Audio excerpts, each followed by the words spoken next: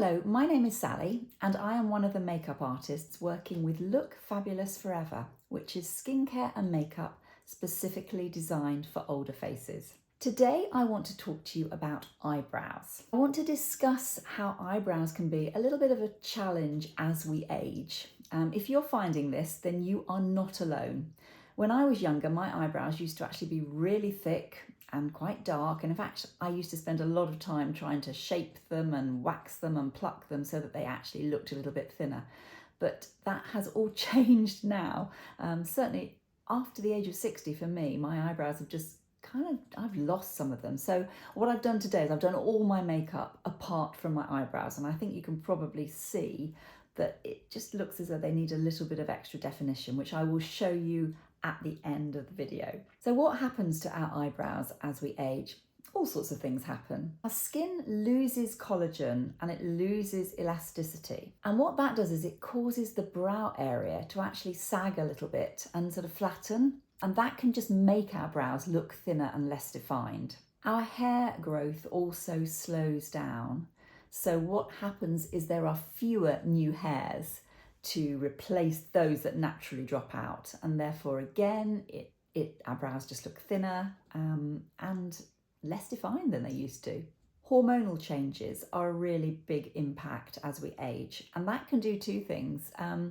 Lack of estrogen can actually make your hairs much finer and sparser, and that is definitely what has happened to me. But they can also, hormonal changes can give you rogue, coarser hair. So you might find that you've got some really kind of wiry, thick hairs that pop up either in your brows or, more annoyingly, on your chin and sort of upper lip area too. As we age, we also have a loss of melanin. So there's a loss of pigmentation. So your brows that might have been quite dark often go paler. You might find that you get some very white ones or some grey ones, which again can make your brows look much thinner. So that's what can happen. But there are some top tips that I'm going to share with you today in terms of making your brows look as best as they can naturally. So if you're going to shape your brows, if you've got quite wiry or coarse brows, then really important, first of all, to have a good magnifying mirror and good light so that you can really see what you're doing. And I know it can be a challenge as we age. You can even buy those glasses that flip up on one side so you can see one eye and not the other. But I just find, for me, a ×10 magnifying mirror and some really good, ideally daylight in front of you, makes all the difference. If you're going to shape your brows yourself, sometimes to get the right shape, you can actually pencil in a very light shape that you want so that you know where you're taking the hairs from. It might be that you've got sort of some hairs underneath, and it's always important to pluck from underneath. So how to do it? Again, really good, if you're going to pluck them yourself, some clean and sharp, I like the slanted tweezers like this, really sharp ones. And you want to soften your skin so that you can easily just take away the stray hairs. So what you can do is you can either do it after a warm shower so that the follicles are slightly open, or you can take a flannel or a washcloth, a warm one, and just apply it as a sort of compress on the eye area first. The key is to remove from underneath, not on the top, and do it sparingly. It's really easy when you're close to the mirror to take away too many hairs, and before you know it, you've plucked a sort of a whole area that you didn't need to pluck away. So keep standing back from the mirror as you are tweezering the hairs out, and when you do tweeze them, do it in the direction that the hair grows, not away. So just keep standing back, having a look at the shape, because it's so easy, as I said, just to get carried away there. So you've got your brows ready. How do you actually then fill in? Because most of us actually lose brow hair. I have, as you can see, particularly on this one, I've lost it probably in the last year particularly. I used to have a really quite good brows here, but it's almost disappeared. So for me, filling that in and just kind of recreating my brows can make such a difference to the whole effect of my my end result with my makeup, particularly my eye makeup. And if you wear glasses, it's just as important, I think, to really frame your eyes and your eyebrows. It can make all the difference. So, important tool, spoolie brush. This is our brush number 6, and it's really good just to brush them so that you can get the right shape to start with. So what I like to do is brush up.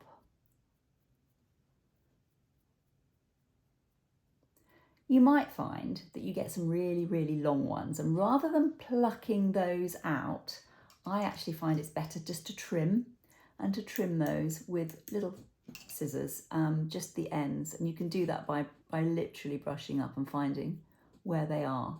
So you're not then taking out great chunks of brow. So we do a product at Look Fabulous Forever called Bring Back Brow Shape.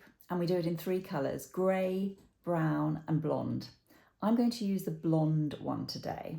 It's this product. And it is a brow paint. You give it a little shake before you start.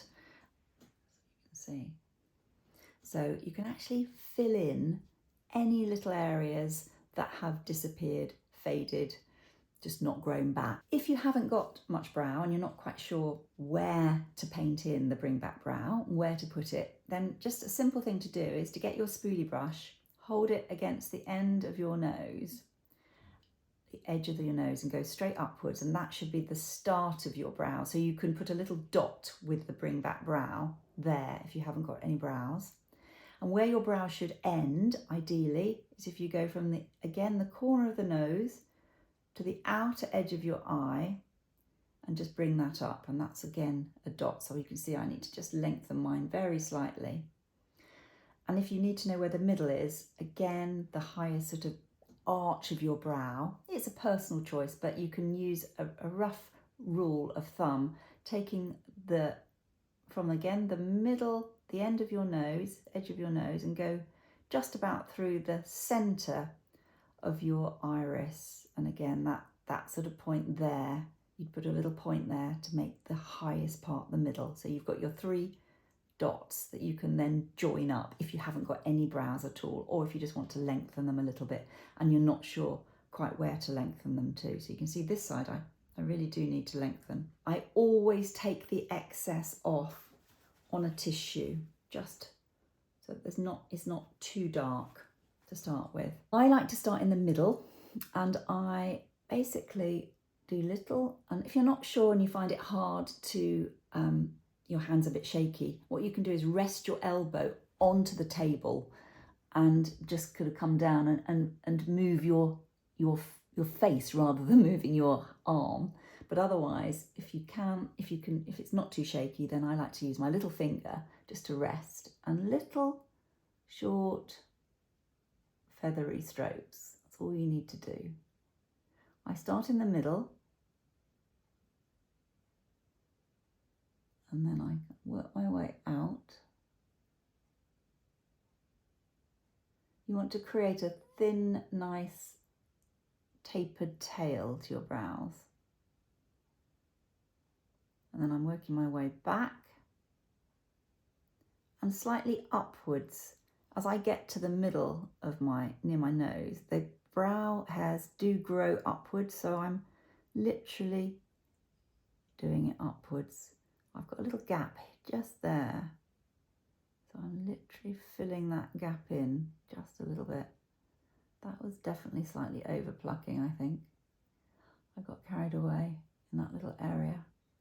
So you can already see that side is a little bit more defined than this one. I'm going to do the other one, and then I'm going to use the spoolie brush again to soften it.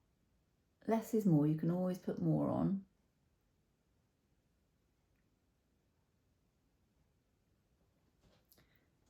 Eyebrows, we've said before, are sisters, not twins, so they're never going to look exactly the same, so don't panic if they don't. And you'll see this makes a difference.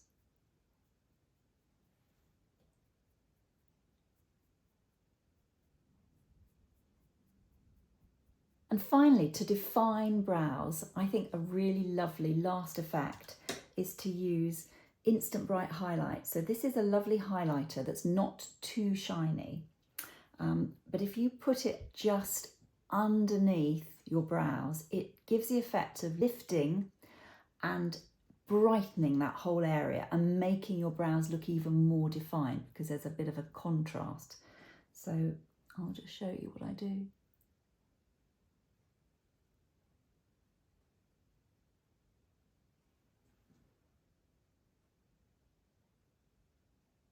And then what I like to do is to take my concealer brush number 4 and just blend that in. But I think that the final touch underneath the brows can make a real difference. So hopefully you can see that my brows are now much more defined than they were at the beginning. You can experiment. If you're not used to having any brows, you might want to just go even lighter in texture, just a tiny bit on until you kind of build up what you feel is comfortable for you. But certainly in the way of framing your face and filling in where your brows disappear, and keeping them really well groomed, getting rid of those longer, coarser ones can make such a difference. And also keeping this area quite free of lots of hair, again, opens up the eye. As we get older, the eye tends to get more hooded. So if you can open that area and get rid of those little ones underneath, you'll find that your eye makeup goes on much better and your eyes look much more open and alive. So do experiment and let us know any of your top tips. I hope you've enjoyed this. I hope it's given you a few ideas, and I really look forward to seeing you again. Thank you so much for watching. Bye bye.